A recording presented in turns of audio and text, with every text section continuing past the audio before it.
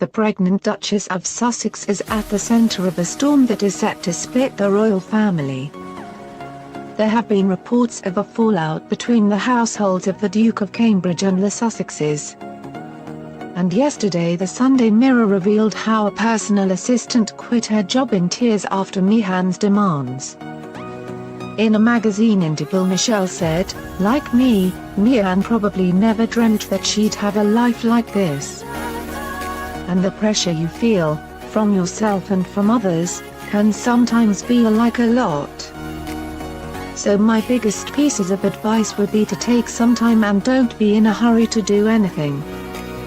I spent the first few months in the White House mainly worrying about my daughters, making sure they were off to a good start at school and making new friends before I launched into any more ambitious work. I think it's okay, it's good, even, to do that. What I'd say is that there's so much opportunity to do good with a platform like that, and I think Meghan can maximize her impact for others. As well her own happiness, if she's doing something that resonates with her personally.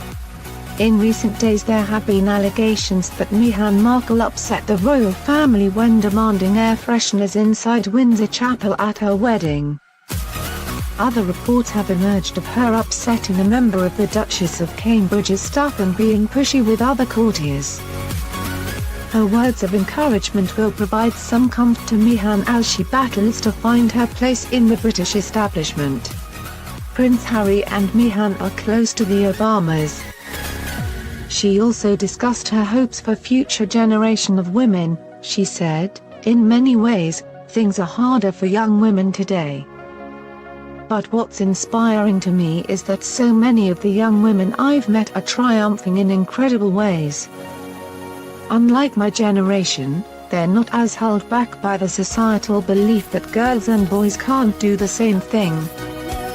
They're charging forwards in sports and maths and science and technology. They're speaking up and speaking out, not just in classrooms but in the public arena at a young age. I find great hope in this generation of young women." In her interview, Obama also spoke about what she misses about life in the White House. She said, "To be honest, I really don't do a lot of looking back or pining for what used to be, which is something that is true for every phase of my life, not just my time in the White House. I recognize that I'm incredibly blessed to live the kind of life I live today, and mainly, I'm grateful that my daughters, my husband and I all came out of those 8 years in one piece.